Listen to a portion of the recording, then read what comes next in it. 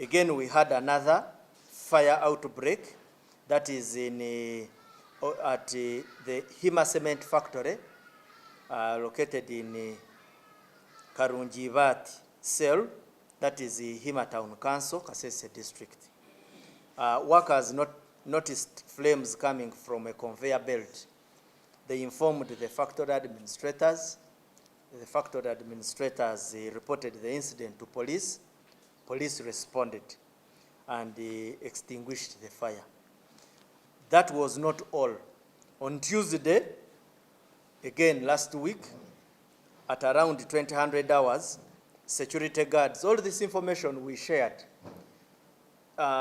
security guards at Chiboko Enterprises, at their warehouse in Kasamvu Zone, Kisugu Parish, Makindye Division, that is Kampala City, they spotted a fire which was coming from a rooftop, notified the police.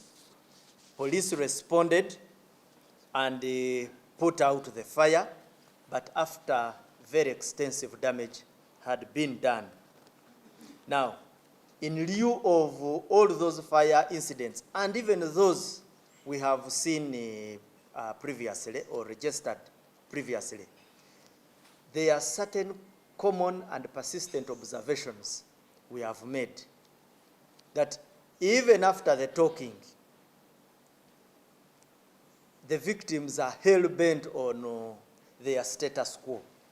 They are unmoved by the threat of fire. As police, of course, we shall continue to speak.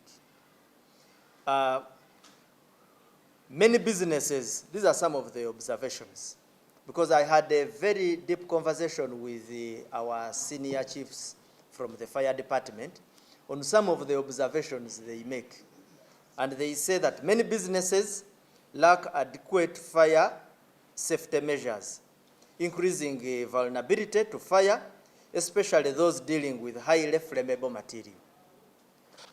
When you are dealing in highly flammable material, at times you will find that the fire takes a very serious, the fire catches at a very serious rate, at a very high rate. You need a number of equipment commensurate with the nature of threat that the materials you deal in bring. So that is one of the challenges. They also observed that fire hydrants are either absent or ineffective within most business premises, limiting firefighting efforts due to the need of frequent refilling with distant sources. Now, some areas, for example, you find somebody is running a factory, a huge factory with probably around 2 warehouses, and he has very small domestic fire extinguishers. So you find that his equipment is purely for posturing. But in actual essence, the factory does not have what you would comfortably call fire fighting equipment. But he postures or she postures with some small fire extinguishers.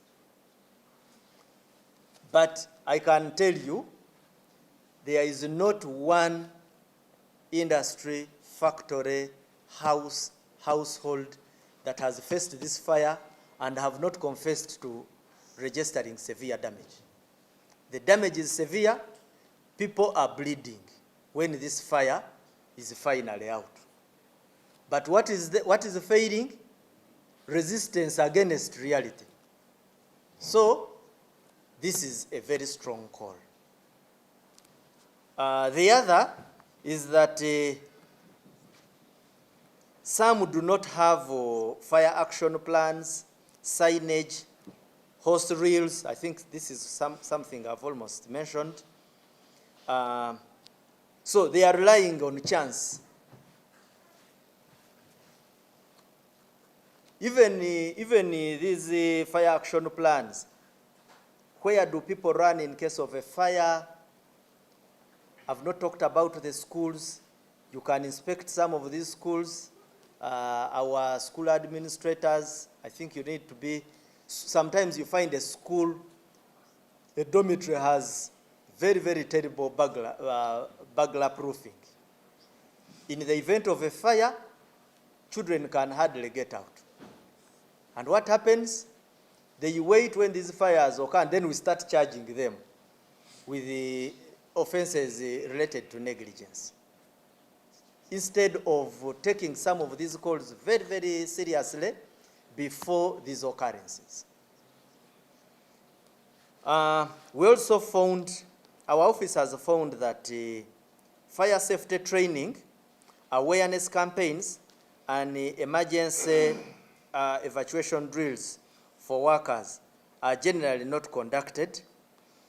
That